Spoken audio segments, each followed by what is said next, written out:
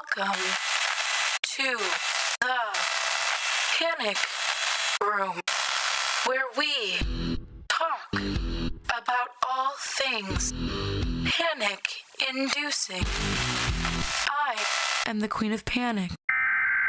Warning, some episodes may contain content that may be disturbing to others. Viewer discretion is advised.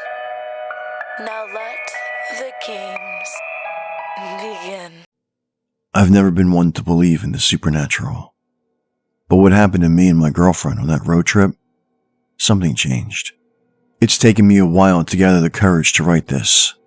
And even now, I can feel its eyes on me sometimes as I type. I've only been able to get a paragraph or two before I stop. But someone has to know. I've always despised long car trips. This fact wasn't lost on me when my girlfriend at the time, with the help of her parents, took it upon herself to fund a trip overseas to the USA, our own Great Western Trail. She conveniently forgot that she didn't have a license, leaving me as the sole driver. I grumbled, but a lot of money had been spent and given to us to do as we pleased.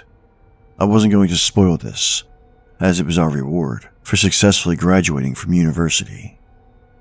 The trip wasn't particularly memorable. When I think back on it, I struggle to recall most of the places we stayed. I remember landing in New York, spending a few days seeing the popular sights, and then renting a car and just driving. We had no real plan. With plenty of money, we could stay wherever we wanted. We had a few destinations in mind, but most of my checklist was on the West Coast. San Francisco and Vegas were still ahead, so driving was inevitable. We'd pick a highway or a back road and drive until I needed a break. Even though I found it tedious, Megan's company was comforting, though the ride would grow silent when she slept. The monotony of towering trees, sprawling plains, and endless fields played tricks on my mind. The persistent rumble of the wheels and the silent, stagnant air, punctuated only by the hum of the engine, added to the oppressive sameness. This was the aspect of driving that I loathed. Only the occasional passing street signs provided any change, offering glimpses of nearby towns or warnings of local wildlife. After 8 hours of uninterrupted driving one day, I hadn't encountered a single town or city. Normally, I'd pass through 3 or 4 in a day's journey, but this time, the landscape remained stubbornly unpopulated.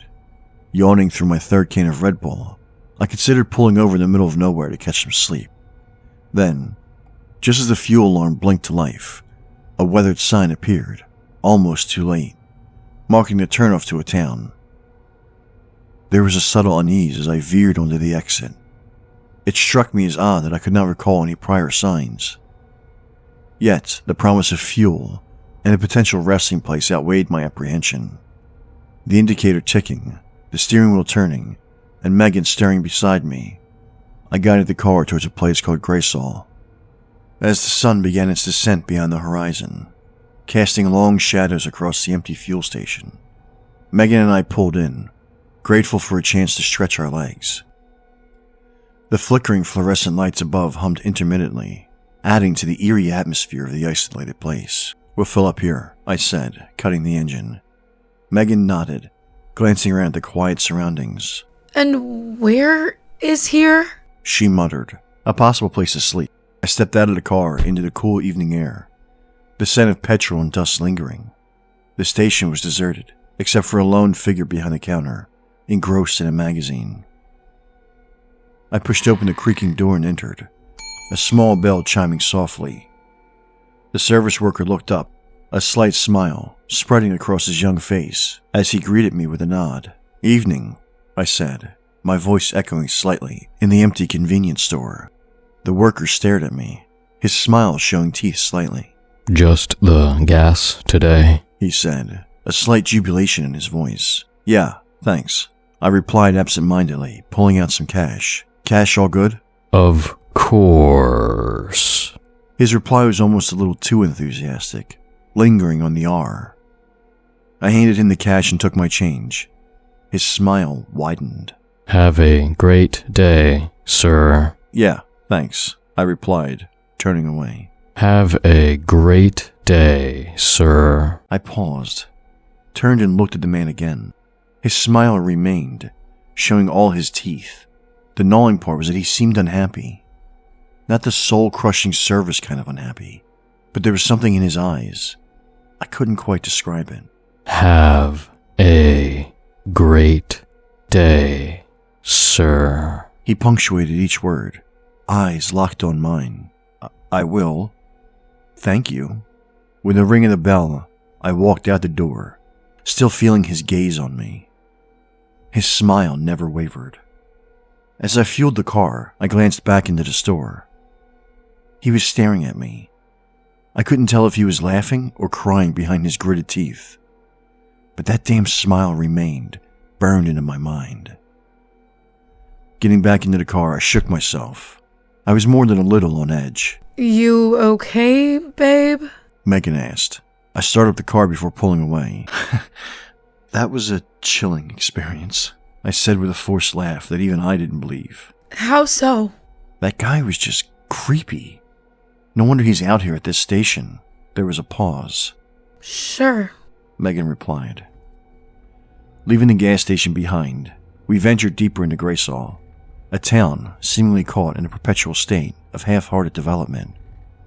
Quaint shops with faded facades lined the main street, their windows showcasing dusty displays of antiques and local crafts. A solitary traffic light flickered intermittently, casting an unsettling glow over cracked sidewalks and neglected flower beds. Huh. The road less traveled. Megan remarked, peering out of the window. This truly is the explorer's way. Yeah, a strange vibe. I agreed, my thoughts still lingering on the encounter with the service worker. As we drove further, we passed a weathered sign promising accommodations ahead. Following its directions, we found ourselves at a modest motel inside town. The car park was empty except for a few cars, their owners unseen in the fading light of dusk. I guess this will do for the night, I said, pulling into a parking space. Stepping out of the car, we were met with curious glances from the sparse population. Their greeting smiles short, but their stares lingering a little too long. The motel seemed to stand in silent anticipation, its neon sign buzzing faintly against the growing darkness. I leaned in close and whispered to Megan, "What's with the looks?" She glanced at me, brushing off my concern. It's a small town. She replied in a normal tone. We're tourists in a backwater town. Of course we're gonna get looks. After locking the car doors, we walked towards the somewhat inviting light of the lobby. Just as I approached the door with Megan in the lead, I paused and glanced over my shoulder. There was a whisper on the wind, a fleeting sound or thought. The caffeine was wearing off, and with a violent shake of my head, I dismissed it and entered the cramped lobby. Hello there, dears. The wizened caretaker woman creaked, her smile forming like cracks on old porcelain. A room for the two of you? Megan smiled back brightly. Yes, just for the night, please. One double bed. The woman nodded in acceptance and wrote down our details in a dusty ledger. As I glanced at the ledger, it seemed unusually sparse, lacking additional names or reservations. A couple's room. Names, please. I'm Megan, and this is Michael. Megan and Michael. I do like the letter M. A chuckle rattled through her, revealing teeth that seemed too white against weathered skin. Megan shifted slightly, her gaze wandering around the lobby with a casual interest. Megan stepped closer to respond, but I cut in with my question. We're just travelers. How much for the room? Her grin widened. $40 for the room. She offered the key to us, seemingly pulling it from thin air. Thank you, I said, taking it cautiously. Leaning against the counter, I counted out the notes before passing the key to Megan. Is there a place to eat around here?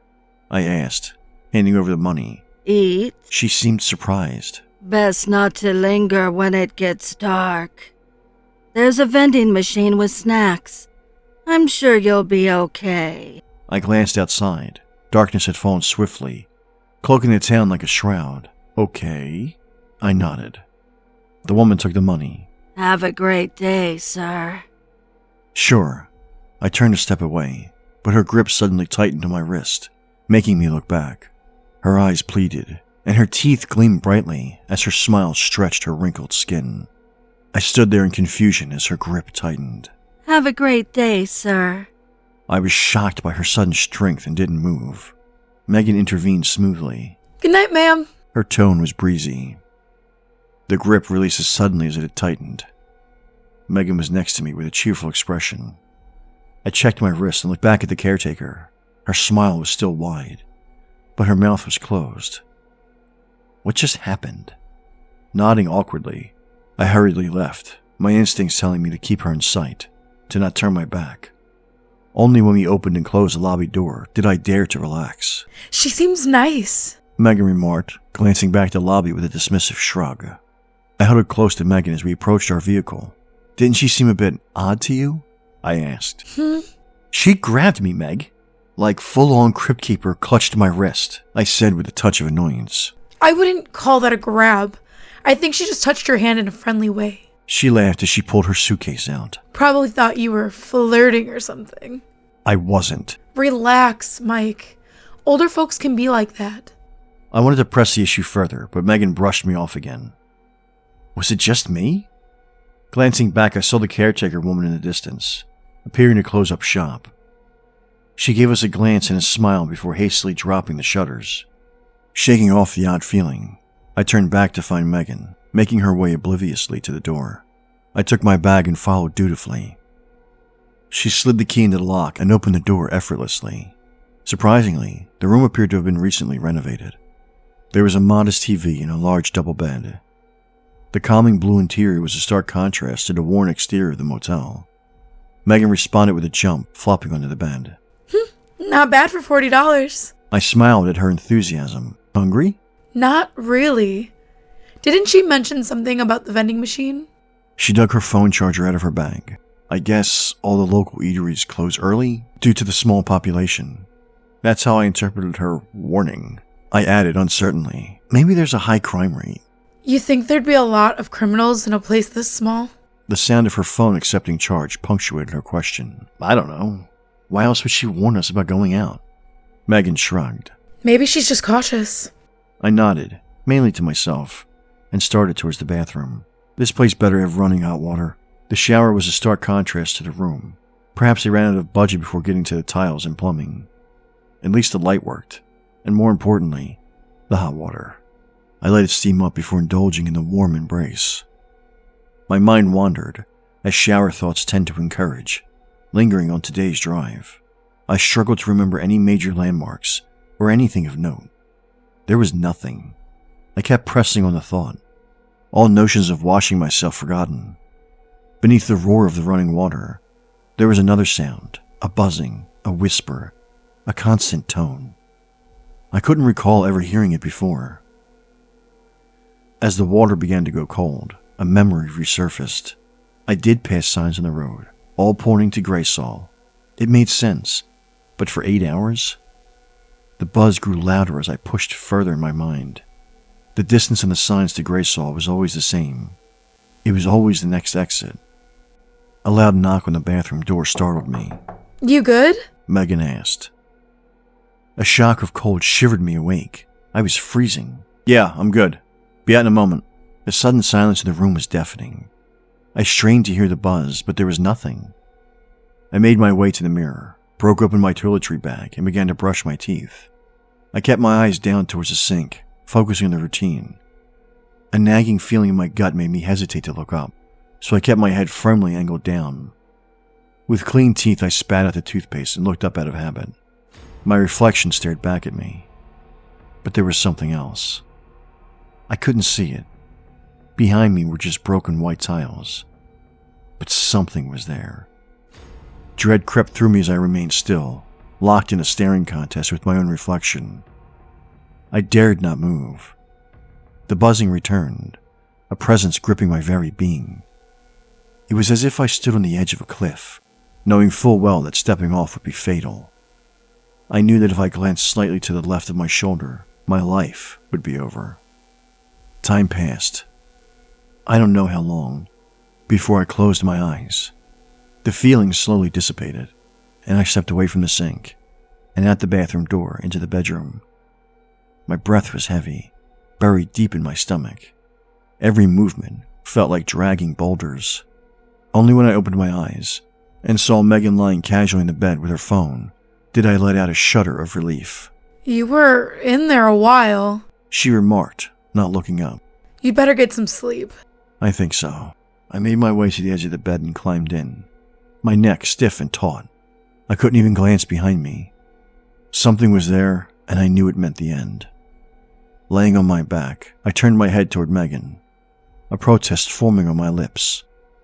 It got stuck in my throat as the oppressive blanket of dread fell over me, digging into my back and spine. I stopped myself as my stomach dropped again, the pits of my being filled with hollow trepidation.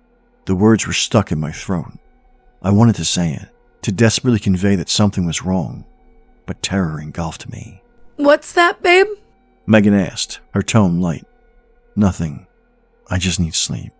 I muttered in defeat. The feeling receded. The disquieting unease left me. She smiled and gave me a peck on the cheek. I'll leave you alone tonight so you can rest up. Maybe tomorrow will be better. I could only nod. It felt as if blood had been drained from my body. Surely I looked hollow, or my skin void of color. But her reaction remained cheerful and flirty. She turned away, set her phone's alarm for the morning, and nestled into the covers. I did not sleep. I lay on my back, staring at the ceiling. Time passed in a haze, the seconds blending into minutes, minutes stretching into infinity. My eyes adjusted to the dim light filtering through the thin curtains, and I began to notice the minute details of the ceiling above me. Tiny cracks splintered across the plaster, the paint already beginning to peel from its fresh coat, revealing faint water stains, and the occasional cobweb as a finishing flourish. I could make out the slight variations in texture where the roller marks overlapped during the last haphazard paint job. My mind fixated on these imperfections, a desperate attempt to anchor myself in the mundane. Yet the oppressive feeling lingered, a weight on my chest. It wasn't as strong as before, but its presence was undeniable. The sense of absoluteness gnawed at me from the left, a silent reminder of whatever unseen horror lay just out of sight. Every instinct boiled over, urging me to keep my gaze forward, to not turn my head even the slightest bit. The thought of what might be there, lurking in the shadows, was too much to bear. My body remained rigid, my breath shallow and controlled, as if any sudden movement or noise might draw its attention. Megan's soft snores provided a fragile comfort. I wanted to wake her, to share the burden, but the words wouldn't come. I was trapped, a prisoner to the unseen menace. As the hours dragged on, sleep eluded me. The darkness outside deepened, the walls pressing in as if crushing the very air from my lungs. I clung to the small details of the ceiling, using them as a lifeline to stave off the encroaching fear, knowing that dawn was still hours away. I couldn't bear another moment of this. Slowly, I lifted myself from the bed and made my way to the door, keeping my head still. Hunger had set in. I moved silently, cautiously crossing the cold car park to the glow of the vending machine. Inside, a variety of snacks looked faded from the sun. I pulled out a note and fed it to the machine, the normality of the action distracting me from turning around. The machine accepted the note, and I pressed the combination, awaiting something to take my mind off the dark. The spool spurred to life as the snack slid forward and then down. I bent down to retrieve it. That's when the chanting began. I turned slowly towards the sound, an uncomfortable twisting in my gut rising to my throat. Ahead, a gathering of people stood in a crescent shape inside the park by the motel, including the service worker and caretaker woman. They surrounded a small pile of random items, illuminated faintly by the park lights. Even from this distance, I could discern the silhouettes: a pair of glasses, a map, a wallet, and keys. The chant resonated through the still night, each syllable rolling off their tongues with a rhythm that felt both ancient and powerful. The words were guttural and melodic, filled with a haunting cadence that sent shivers down my spine. As the group circled the mundane items, laid out in ritualistic precision, their voices rose and fell in a foreign, almost otherworldly harmony. The air seemed to vibrate with each intonation, weaving an invisible web or dread around me. My heart pounded, and my skin prickled, as if the very air was charged with dark energy. Though I couldn't understand the words, the intent behind them was clear: summoning, binding, compelling.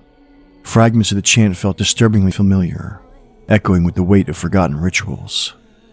Each phrase seemed to hold a hidden meaning, a dark promise, as if the chant itself was a living entity, reaching out to ensnare any who dared listen. The figures began to turn. Despite being about 20 meters away, I unconsciously crossed the car park and stood by the street, now able to make out their faces as they surveyed me. Their wide smiles and mouths agape revealed what felt like too many teeth. The chant continued, their mouths twisting to form the sounds, yet their eyes betrayed terror. Pleading looks from all of them tore through me, screaming at me to leave now. But their welcoming bodies stretched wide, inviting me to cross the asphalt street. The clash of emotions, fear, menace, and warmth, all fought one another to be the primary feeling. My mind almost acquiesced, the stretching ache of what was behind me pushing me forward. It beckoned me to join them. My body protested and screamed. The dread built as it sensed my thoughts. To turn and walk, I would step into abject horror. Forward was a loving call of familiarity. With a great uncertain step, I turned my back on the gathering and walked back to our room. As I turned away from the gathering, my body protested violently. My heart sank, breaths long and deep. Each step back towards the motel felt like wading through molasses. An invisible force clawed at me, pulling me back towards the chanting group. The ache in my chest intensified, as if something was trying to rip my soul from my body. My muscles tensed and strained with every movement. The chant almost engulfed me, surrounding me in a mall of alien chants. The distance to my room seemed to stretch interminably, the dim lights of the motel flickering in and out of focus, extremely bright in one moment and pitch black the next. Each step forward was a battle against an unseen force that grew stronger with every passing second. My mind reeled, assaulted by a barrage of whispered temptations and threats that made my skin crawl. I could feel the dark energy digging into me, its tendrils wrapping around my very essence, threatening to pull me apart. A cold sweat broke out on my forehead, and my vision blurred with the effort of resisting the pull. Every fiber of my being screamed in protest, urging me to turn back to the comfort of the gathering behind me. The door to our room was just ahead. My hand trembled as I reached out, fingers barely grazing the doorknob. I looked forward as I felt the door, but my consciousness felt miles away. Each touch of reality was such a distance, it bedraggled my mind. With a Herculean effort, I twisted the knob and stumbled inside, collapsing against the door as it swung shut behind me. Everything was quiet. The room was dark. The sight of Megan lying asleep on the bed brought everything into focus. My heart pounded in my ears, but I was slowly coming back to its senses. I looked around the dark room. I was here. Everything was back in its place. I strained again to hear the outside. Nothing. I paused and hesitated to look over my shoulder. Nothing. I turned and cautiously looked over my left shoulder to the door. Nothing. I locked the door slowly, made my way to the bed and crawled inside. I felt I wanted to say something to Megan or awaken her, but something held me back. The fear I felt before was distant, lingering in the back of my mind.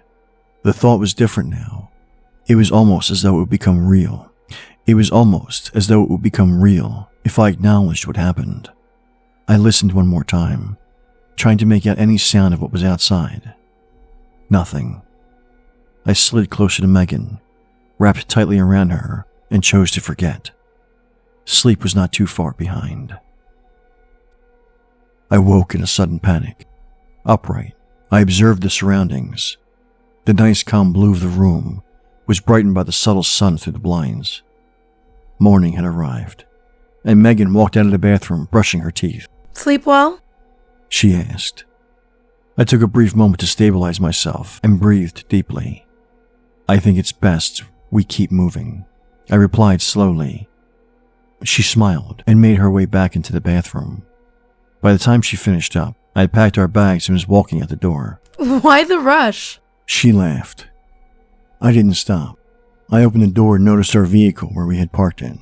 I loaded it up and was ready to leave. Megan climbed into the passenger side with a confused grin. I had started the car. Why so sudden? I have to drop off the key, babe. I drove closer to the lobby. The shutters were still down. I pulled the handbrake and took the key from her hand. I'll drop them off. Be 2 moments. I got out and hurried to the chute. Glancing around, the park seemed normal in the light, but the ominous feeling lingered in the air. Keys deposited, I rushed to the car and slammed the door shut, locking the doors for good measure. Megan rolled her eyes and sighed. With glances in the mirror and a careful foot, I made my way towards the highway and the open road. I kept checking. Every minute or so, I surveyed the town as we traveled. We were up pretty early for the cozy little town, which seemed deserted. It was not long until we had left the confines of Graysall and were back out through the woods. You going to tell me what that was about? Megan asked. I looked at her and feigned a nonchalant smile. Cozy little hideaway towns are not my thing. I'm keen for the big smoke, as they say. So, you didn't sleep? I didn't know why I didn't tell her. Part of me wanted to keep the truth as a lie. I wanted to keep her safe from whatever it was. I sighed as I relented and opened up my thoughts. All right, so, another part of me screamed in terror as a rising feeling tingled my neck. I stopped myself again. A glance in the rearview mirror. I could sense it again. It was behind me in the back, but all I could see was the back window and the suitcases lying on the seats. It was still here. I couldn't look again. I looked away from the mirror and straight ahead. Yeah. Average sleep, I hesitantly stated. Are you okay? I paused and nodded. Megan seemed to have accepted that answer and went back to idling. I wanted to say more. I was screaming in my mind, but it stopped me. The tension in the car was palpable. My mind racing with the events of the night before and what lingers behind us. Megan leaned back in her seat, quietly scrolling through her phone. I tried to focus on the road ahead, but the unease in the pit of my stomach wouldn't let up. Minutes passed, and the silence between us grew heavier. The winding road seemed to stretch endlessly, the trees blurring into a monotonous green. Suddenly, a faint flash of red and blue lights appeared in the distance, reflecting off the rearview mirror. My pulse quickened, but I kept my eyes fixed straight ahead, refusing to look back. Megan shifted in her seat, noticing the lights as well. Are those? She trailed off, her voice tinged with concern. I swallowed hard, gripping the steering wheel tighter. Probably just a routine check, I muttered, trying to keep my voice steady. The lights grew brighter, closer, casting an eerie glow inside the car. I could feel my heart pounding in my chest, each beat echoing the dread I felt deep inside. The urge to glance in the mirror was overwhelming, but I fought it, knowing that looking back might reveal more than just a police car. The siren blipped, a short, sharp burst that made me flinch. Megan turned to me, her eyes wide with worry. What should we do? Just stay calm, I replied, though my own nerves were fraying. I'll pull over. I eased the car to the side of the road, the lights now glaring in full force through the back window. My hands shook as I shifted the car into park and rolled down the window. The officer approached, his silhouette framed by the flashing lights. Megan's fingers brushed against my arm, a silent gesture of support. Good morning, the officer said, his tone neutral but firm. License and registration, please. Of course, sir. I pulled out my license and the relevant paperwork from the glove compartment. I handed them over as he began to scrutinize. His mirrored glasses glared at me, forcing me to look away. You know why I pulled you over, sir? No, I do not. Your taillight is out. Oh, it's a rental? It was definitely good when we left New York. Yes, I can see that. A pause. I looked up as he continued to read the papers. His face was stern and aged, poring over each of the documents I handed him. Did you notice anything last night in town? I gripped the wheel in surprise. The itch and clawing returned, digging into my spine. Like what, sir? He looked at me. I felt my head move with strain to look at him. Something invisible, A dark presence was gripping my head. Did you notice anything at all, sir? No noises? No strange occurrences? Another grip on my arm, this one from Megan. There was concern in her touch. I could feel her eyes on me, sensing something was wrong. No, nothing at all. Slept like a baby. The pause dragged on for too long. Each second felt like an eternity as the presence tightened its hold, sending waves of terror through my body. So you're a foreigner driving through the state in a car with a broken taillight that you hired from another state. He sighed audibly. Too much paperwork. He handed me the papers, which I gladly took, but they didn't move. He was gripping them as tight as I tugged at them. You got anything to say to me, sir? My neck craned again, as if an unseen force was controlling my movements. My entire body was on fire from fear. My muscles ached as the invisible claws dug deeper into my shoulders. My eyes shook from the pain as my cheeks tightened, pulling further and further apart in a smile too large for my own face. Have a great day, sir. The policeman smiled widely back, almost in wicked greeting. His grin was unsettlingly familiar. And you have a great day too, sir. If you would like to submit your stories, please check out the Panic Within subreddit. I go over those stories that are submitted, and I go ahead and I narrate them. I say go over, but I narrate all of them. So if you are interested in something like that, go ahead and take a look in the description, and you'll find the link there. We also have a Discord. You can come and hang out and get spooky with me and other narrators. We post new content, up-and-coming videos, promotions, and we also just hang out and chat, and you can come and hang out with us there. If you're interested in that, link is also in the description below. And last but not least, if you are interested in doing a collab with the King of Panic or myself, you can absolutely reach out. If you're another creator, you can do one on our channel. We can do one with you. We are completely open for collab as of right now. Looking for new stuff to do and very excited for anybody who reaches out. The best way to do that is through Twitter or Discord. I do check Instagram and I will get back. It just might take a little longer because I'm super bad at that, but I've been trying to be better. So if you do reach out there, even if it takes a couple days, I'll be there. But like I said, we're excited. So please definitely reach out and we're looking forward to it. And as always, thank you for visiting the Panic Room. You have successfully made it to the next portion of your tour. Please stay tuned for your next prompt. Click the like button and subscribe to receive notifications for when the next portion of your tour is ready to join. Thank you for watching. Don't let the panic drown you.